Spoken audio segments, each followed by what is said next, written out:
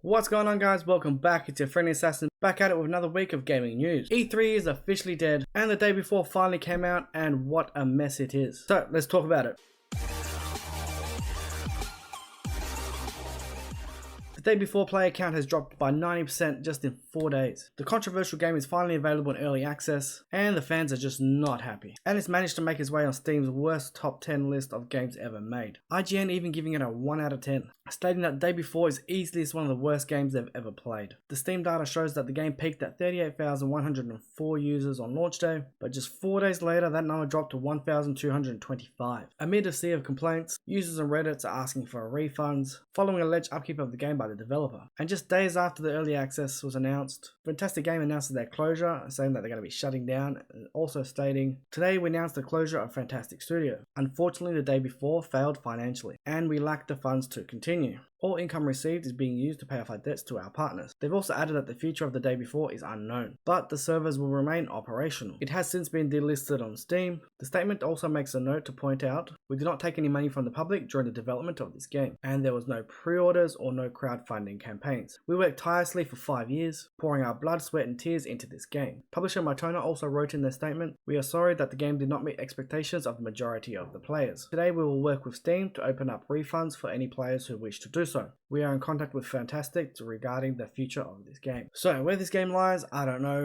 what's going to happen. I haven't played it yet, but by the looks of it, I'm not going to. It looks really horrible. It looks just completely dead. Some of the glitches look quite funny. Might be worth playing just to see how bad it is. Have you played it? Are you going to play it?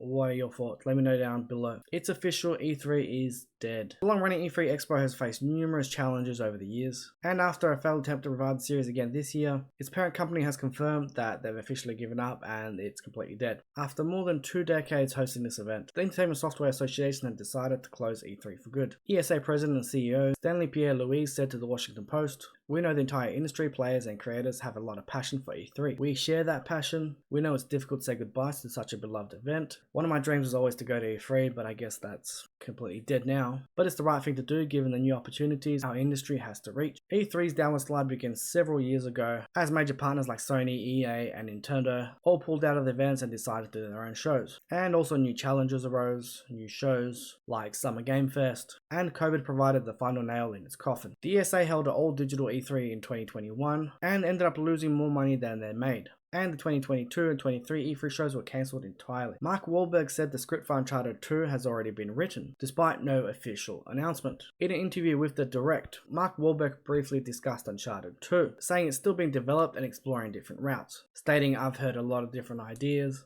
I know somebody's written a script and they are still working on it." And it would consist of him having a mustache the entire movie, which completely makes sense. Obviously in the last scene he's got his mustache and they're only going to go forward from there. So a second movie is inevitable.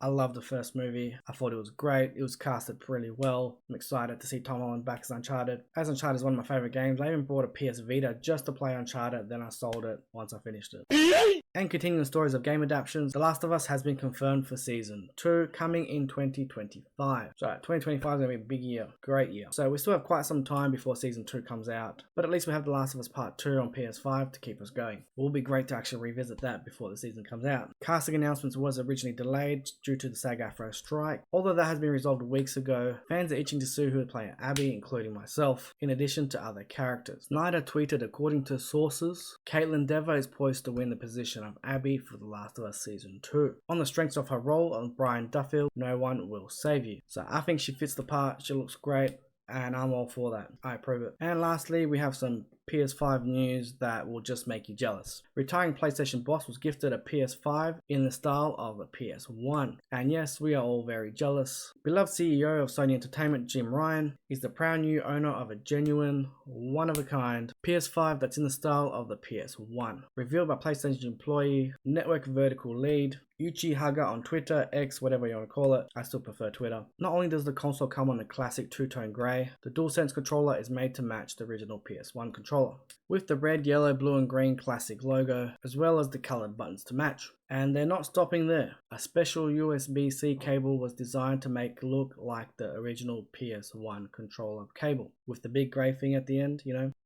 Oh, Sony even created the box to look like the original box that throws away the modern design and replaced by the old school design. The console is genuinely unique and cannot be purchased anywhere, even though we'd all love to have one. Who knows, maybe in the future we can. And I'm expected to see a lot of people with 3D printers trying to print the little plastic thing that goes on the USB-C. That's pretty cool. And that is it for your top gaming stories this week. I hope you liked them. Hope you learned something new. And I'm going to leave you again with the top games releasing in December. Thanks for watching, guys. Please like, subscribe. I appreciate you all.